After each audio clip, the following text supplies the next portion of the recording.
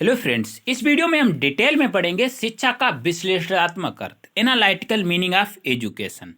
विभिन्न विद्वानों ने शिक्षा शब्द को विभिन्न प्रकार से विश्लेषित किया है, अपने अपने अनुसार विश्लेषित किया है, जो निम्नलिखित हैं।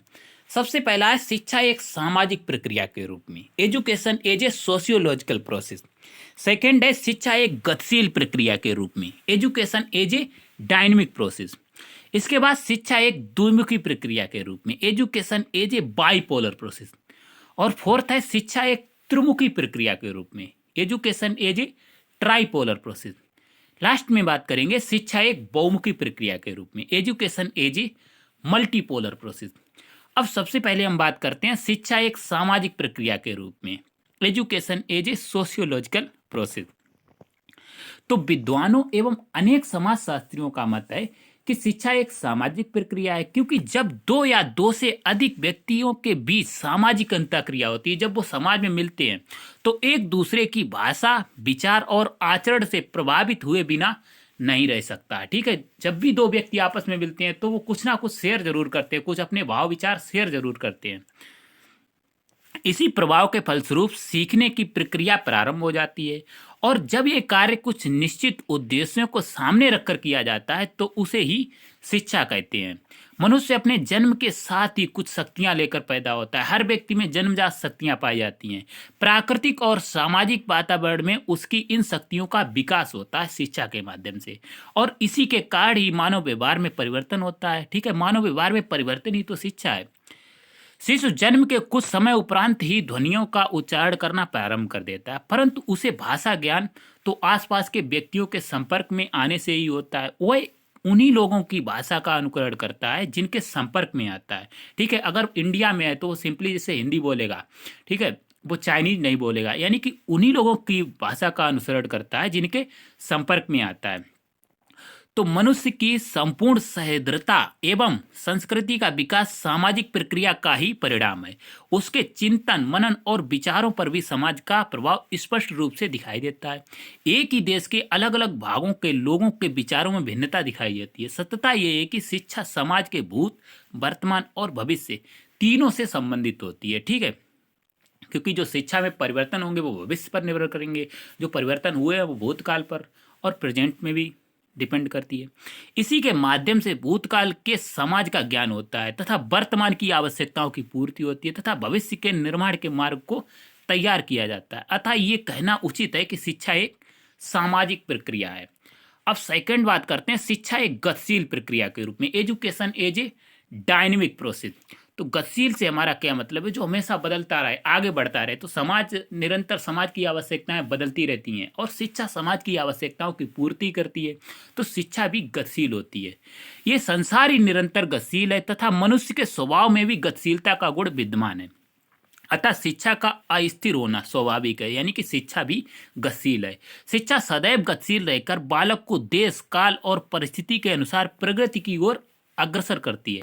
समाज में निरंतर परिवर्तन के कारण शिक्षा के प्रारूप में भी परिवर्तन आता है। जैसे जैसे समाज की आवश्यकताएं होती हैं, शिक्षा में भी वैसी आवश्यकताओं, वैसा ही पाठ्यक्रम जोड़ दिया जाता है। जैसे प्राचीन में हमारी आवश्यकताएं, प्राचीन समय में हमारी आवश्यकताएं आधुनिक नहीं थी, लेकिन अब आधुनिक आवश्यकताएं हैं। ठीक है, तो तकनीकी विषयों को स्थान दिया जा रहा है। समाज में निरंतर परिवर्तन के कारण शिक्षा के प्रारूप में भी परिवर्तन आता है। अतः शिक्षा के उद्देश्य, पाठ्यक्रम और शिक्षण विधियां आदि में भी निरंतर परिवर्तन होता रहता है। पुराने समय में शिक्षण विधियां प्राय मौखिक हुआ करती थी, लेकिन जो प्रेजेंट में वैज्ञानिक युग है तो शिक्षण विधियां कैसी होंगी? प्रयोगात्मक शिक्षण विधियों पर बल दिया जा रहा है। तो शिक्षण विधियां, पाठ्यक्रम सब बदलता रहता है।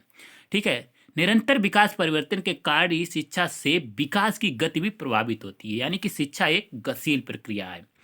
इसके अलावा शिक्षा एक द्विमुखी प्रक्रिया के रूप में, education as a bipolar process. तो कुछ शिक्षा शास्त्रियों ने शिक्षा को द्विमुखी प्रक्रिया के रूप में स्वीकार किया है, कुछ ने शिक्षा को त्रिमुखी प्रक्रिया के रूप में। तो सबसे पहले तो हम बात करेंगे शिक्षा एक द्विमुखी प्रक्रिया के रूप में, बाइपोलर, जिसमें दो ध्रुव हों। ठीक है, शिक्षा शास्त्रियों का विचार है कि शिक्षा प्रक्रिया में एक पक्ष प्रभावित करता यानी कि शिक्षक जो अपने विचारों से किसी को प्रभावित कर दे, शिक्षार्थी को प्रभावित कर दे, तथा दूसरा पक्ष प्रभावित होता है यानी कि शिक्षार्थी। अतः शिक्षा द्विपक्षी, द्विध्रुवीय प्रक्रिया है, अर्थात शिक्षा के दो पक्ष होते हैं। प्रथम जो प्रभावित करता है वो कौन है? शिक्षक। और द्वितीय जो प्रभावित होता है, जिसके भाव विचारों में जो यानी कि दूसरे के शिक्षक के विचारों से जो प्रभावित हो रहा है, शिक्षक की बातों से जो अपने व्यवहार में परिवर्तन कर रहा है, वो कौन है? शिक्षार्थी है। जॉन एडम्स, जिन्होंने कहा है कि शिक्षा कैसी है? द्विमुखी प्रक्रिया है। आपका 1 नंबर में शॉर्ट में यहीं से क्वेश्चन आते हैं कि किस शिक्षा शास्त्री ने कहा है कि शिक्षा एक द्विमुखी प्रक्रिया है? जॉन एडम्स आ जाएगा, जॉन डीबी आ जाएगा। डीबी ने कहा था शिक्षा एक त्रिमुखी प्रक्रिया है। तो जॉन एडम्स ने क्या कहा है?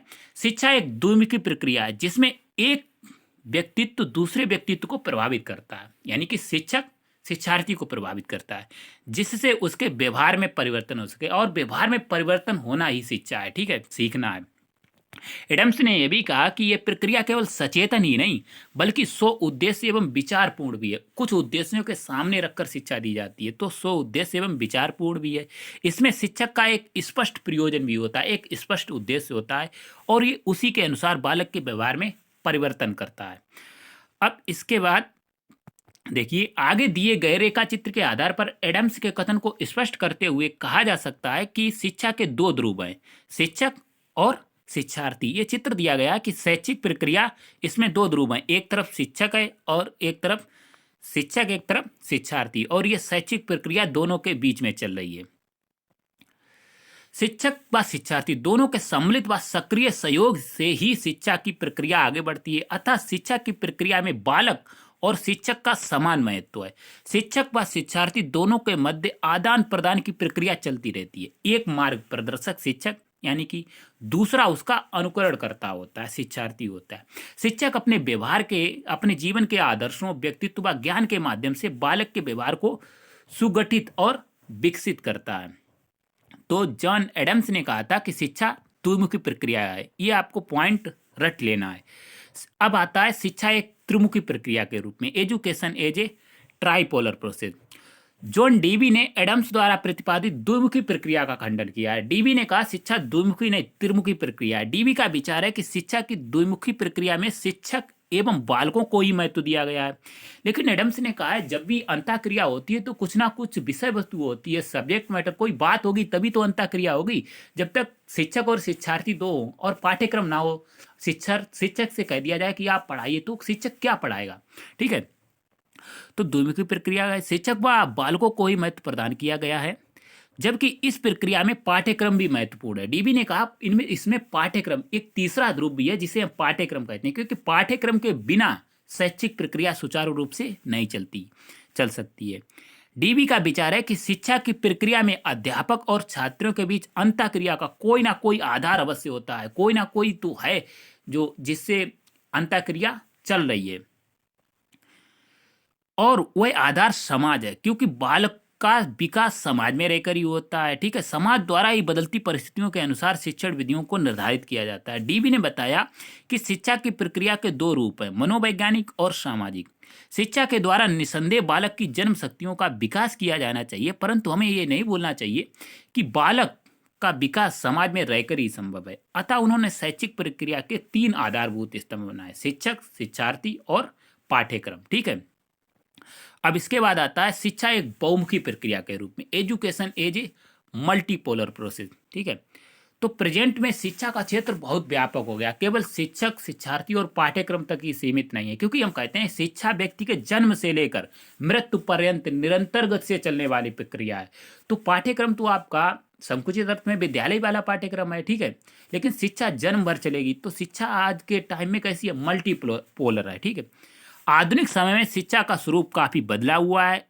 अब शिक्षा केवल विद्यालय और पाठ्यक्रम तक ही सीमित नहीं है, सामाजिक आर्थिक क्रियाकलापों को भी शैक्षिक महत्व है। विद्यालय के अतिरिक्त अन्य औपचारिक तथा निरौपचारिक साधनों को भी शिक्षा का साधन माना गया। शिक्षा 3 तरह की होती है, औपचारिक, अनौपचारिक और निरौपचारिक। औपचारिक तो आपकी जो है विद्यालयों में जो दी जाती है, इसके अलावा अनौपचारिक जो जीवन पर्यंत चलती रहती है। ठीक है, और औपचारिक तथा निरौपचारिक के बीच में आती है, औपचारिक और अनौपचारिक के बीच में आती है निरौपचारिक।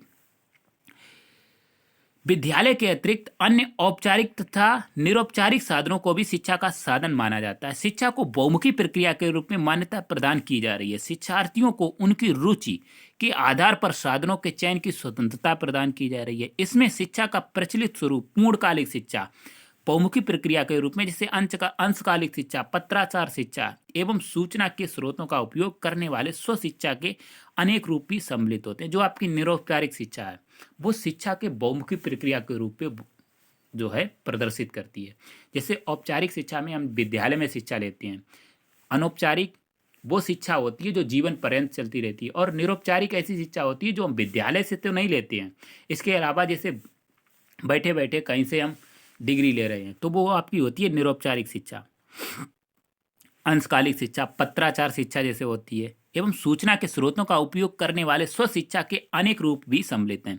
स्व अध्ययन हेतु विभिन्न प्रकार की नई संस्थाओं और सेवाओं जैसे सूचना केंद्र, भाषा प्रयोगशाला, पुस्तकालय, तकनीकी प्रशिक्षण प्रयोगशालाएं एवं अधिगम केंद्र, मुक्त विश्वविद्यालय तथा श्रव्य दृश्य साधनों आदि का प्रयोग पर बल दिया जा रहा है शिक्षा के बहुमुखी प्रक्रिया में। तो ये आपका शिक्षा का विश्लेषणात्मक अर्थ यहाँ पर समाप्त होता है। उम्मीद है आपको वीडियो पसंद आई होगी। Thanks for watching.